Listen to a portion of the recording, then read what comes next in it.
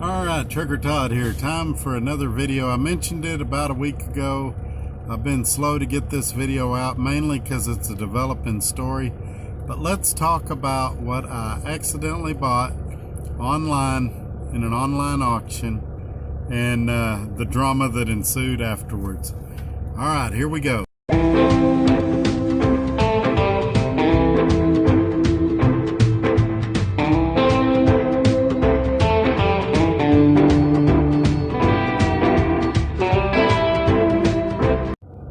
Okay, we're back. It's Monday where you are. I'm filming this video over the weekend. I hope you guys had a great 4th of July. Before we go any further, make sure you give me a thumbs up. Share this video on your social media platforms, subscribe, and then wait a few seconds, click the bell, and select all so you'll be notified about future videos. Most of my videos are about trucking, but occasionally we do videos like this about other things. Okay, so let's talk about this. I was online on an auction site called Purple Wave, and I was looking at a Mercury Cougar that I thought I could get real cheap. And so I placed a super cheap bid on it, like $500. Never thought in a million years I'd win it. And I was correct, I didn't win it. That same day, I was looking at a 2007 Ford Crown Victoria P71 Police Interceptor car that it had the street appearance package, which means it didn't look like a police car as much. It was at one point in its life a police car, and then it went to an airport in the city of Hugo, Oklahoma, where it was basically a security vehicle. And when I got it, the little odometer wasn't working. One of the guys mentioned something about a transmission issue, and then he said, well, maybe he was getting it confused with another car. I watched some YouTube videos, and the big concern, they said, was to drive it real slow up to about 25 miles an hour and see if you saw any slippage between first and second gear. I didn't see any. I drove it from their little storage lot around front, loaded it on a U-Haul trailer, and brought it back to Lubbock, Texas. Let me show you my pickup that I used. I want to say one more thing in this video before we go any further. I'm by no means bragging, by no means saying, look at me, look what I've got. I'm only sharing a semi-funny story with you that gets a little funnier as time passes. It wasn't too funny at the time. So let me show you my pickup and then we'll come right back. Alrighty, and here it is. This is my 2014 Ford F-150. It does have the EcoBoost engine. It is four-wheel drive. Currently it has about 150,000 miles on it. I had been curious about this truck and this engine since it came out, and I finally got an opportunity to get one, and I have loved it. I've had it about, I want to say about 2 years now, and it's been a great truck. I think all we've had to do to it is I had to put new tires on it, had to replace a couple of coil packs, and I put spark plugs in it. Just been a great truck. Amazing tow vehicle. When you put it in tow haul mode, it comes alive, and it really pulls trailers well. There's another shot of it. I've only got 3 shots available, and there's what it was at the car lot I got it from, and I've just loved that truck. I realize that there's newer, nicer stuff out there, but I tend to go for the older stuff, and this one's been a good one. I'm going to hang on to it until the wheels fall off. Okay, we're back. So I got to Lubbock. We got the pickup. I bobtailed my pickup to Hugo, Oklahoma. Went to the U-Haul rental place there. Picked up a car hauler trailer, which lifts all 4 wheels of the tow vehicle off the ground. And went over and picked it up. Kind of checked it for the known transmission issues that these cars have, mainly because of the severe driving. It's not a bad design or anything. It's just a lot of these cars have had a hard life. I was satisfied that it was a good car, loaded it on the trailer, Went over to the offices of the city of Hugo, Oklahoma, and got them to sign the Texas title application, and off we went. Let me show you that car now, and then I'll talk about our trip to Lubbock and the problems that ensued. All right, here it is, a 2007 Ford Crown Victoria. It is the P71 with the police package. It started its early life as a police car and finished its last few years out at the city of Hugo, Oklahoma, at the airport. Right away, you'll notice it's not in mint condition. It's got clear coat peeling. As we go through the other pictures, you can really see the clear coat peeling there. The first thing I did was peel those hideous city of Hugo, Oklahoma stickers off.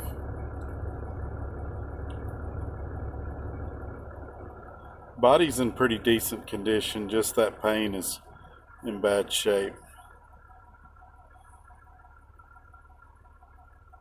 Right there, it looked like body damage, but it's not. It's a tree limb that's hanging over the car. What you're seeing is a shadow there. It really looks better in person than it does in these pictures.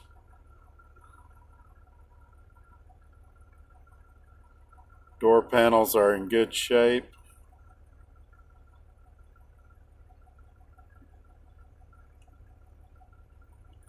Front seats are in good shape.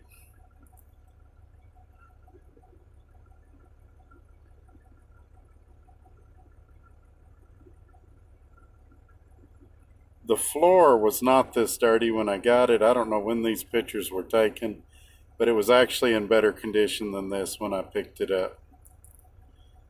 There's the cluster. When I got it, the cluster,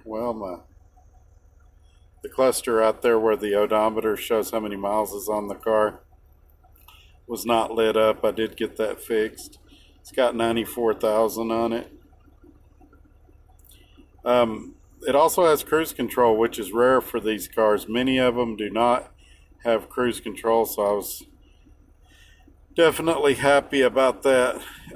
Right there, if you'll notice the ashtray, the outer piece is missing the plastic that makes it look good. It's in the trunk, and I just need to reattach that.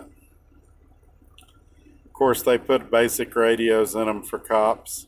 We'll probably change that out at some point to something.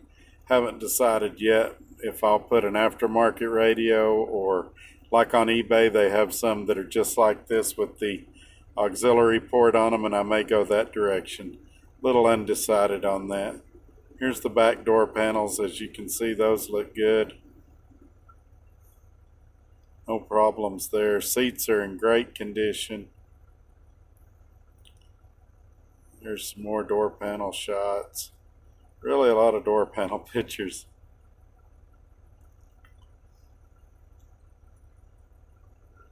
Now you'll see right there at the bottom that kick panel is off too. It's from when they removed the police lights and everything. That kick panel is in the trunk, and it's nothing. I just need to snap it back on there. Also, that plastic piece there that was missing was under the front seat, and I've already snapped it back in place.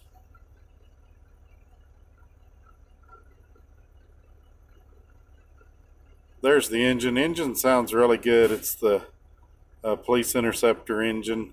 It's not the fastest car in the world, but it is known for its reliability. There's some more pictures of the engine. The tires were okay. I just plan on using it as a drive around town car, and I may even sell it.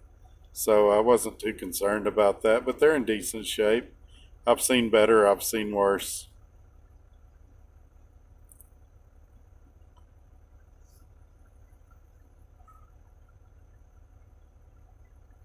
And you can see my price with taxes and everything was $962.50.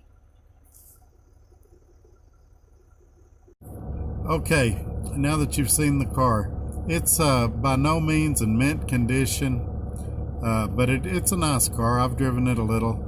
We got it back to Lubbock, and we drove it around a little bit.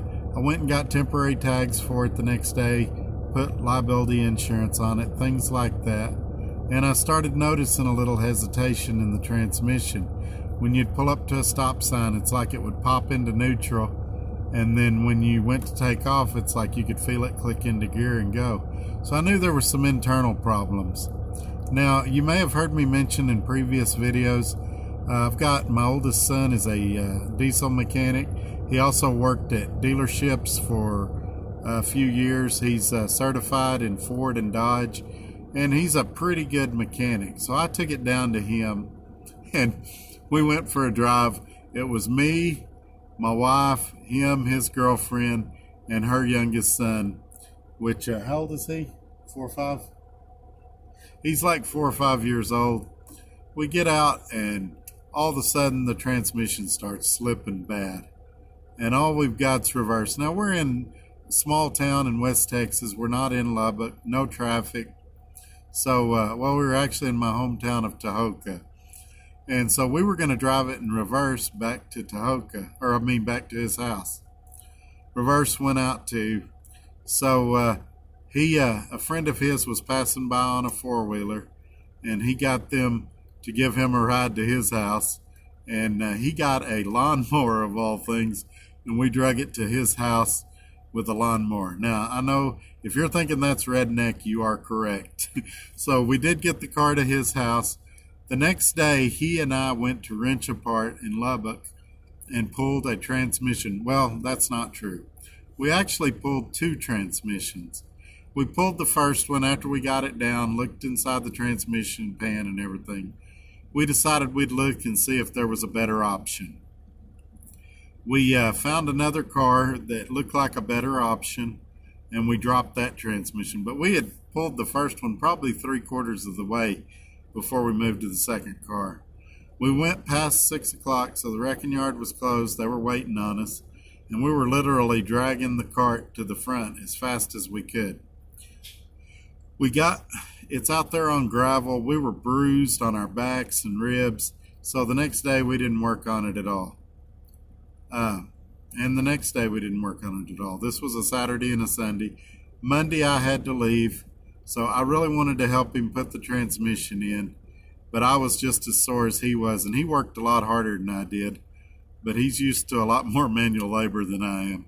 So he's currently working on it, installing that transmission. He's got the old one out. He's getting ready to put the wrecking yard transmission in. I've got a short clip that shows that transmission, and then we'll talk some more. Not much to say about this. This is the transmission and torque converter that we got out of the Wrench Apart there in Lubbock, Texas.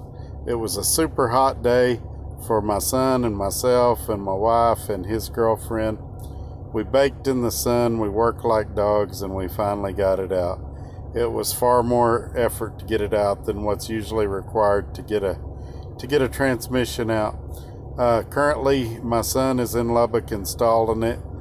We had to leave town and get back to work before the completion, and depending on how it goes in a future video, I'll either tell you how it went, mention it briefly, or I may do a whole new video about it, depending on how it turns out.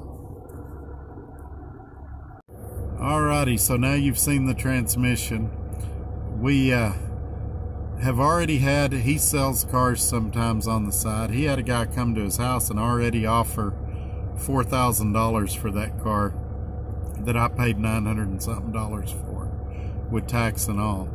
So we're not too worried about me losing money on this deal. I'm thinking about keeping the car just as a runaround car. It is kind of fun to drive. To me, it's kind of cool looking. I haven't totally made up my mind on what I'm going to do with it yet, but I know that if I want to sell it, I can easily do that. Those cars bring between $2,000 and $4,000 in the area where I live all the time. The lowriders love them. They love to put big wheels on them and things like that. Me, I like more stock and factory looking vehicles, so I'm probably not going to modify it that much. I'm probably just going to use it as a driver to kind of not put so many miles on my pickup. But anyway, I hope you enjoyed this video. I'm going to wrap it up. Like I say, when I've got more information to share on it, I will. But until then, y'all have a great day, and thanks for watching.